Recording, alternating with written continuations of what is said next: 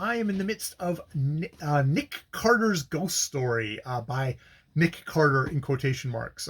Actually, it's a ghost, but not ghost writer, just anonymous writer working for money, where Nick is investigating a haunting of a house where they're stealing jewels and they're transporting them to another house, all kind of mixed up with who should be getting the money and stuff like that and stuff like that. He has set up outside the house where the elderly Colonel Richmond, who is the kind of possessor of all the money and stuff like that of his own house, kind of decider of how things should get dispersed, is also really into spirituality, and everybody else thinks he's a lunatic for believing and stuff like that, looks down on him, makes fun of him, has kind of gently pulled him away from that.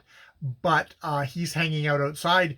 Colonel Richmond sneaks off to a different house where he's driven there by a woman, goes into the house. Nick has been tailing them the whole time, and he finds them. Yes, he's participating in a seance where he's in another room and a white figure flits by and goes in, almost seems to go through the wall, which, probably didn't go through the wall. And, it's like, does any person recognize a departed friend? Then Colonel Richmond's voice arose, hoarse and trembling with emotion. Aunt Lavinia, who is the ghost that he thinks has been haunting his house and stealing the jewels. Aunt Lavinia, he said, tell me what you wish me to do. I will obey you absolutely.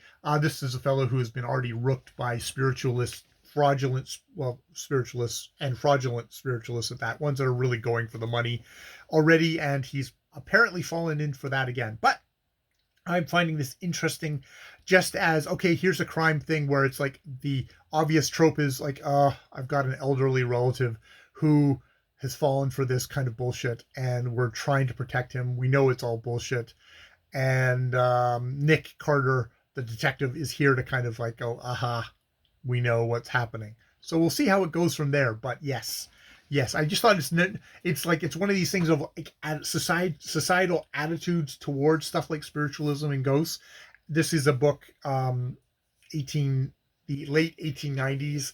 It's being published or written, and it's a lot of like, oh God, I have an elderly relative who's into this stuff, like an elderly relative who's an anti-vaxxer, or an elderly relative who's into major conspiracy theories, Hollow Earth, or is a Trump supporter or something like. It's the guy that really has that kind of feel to it. All right, I will leave it there. More videos later.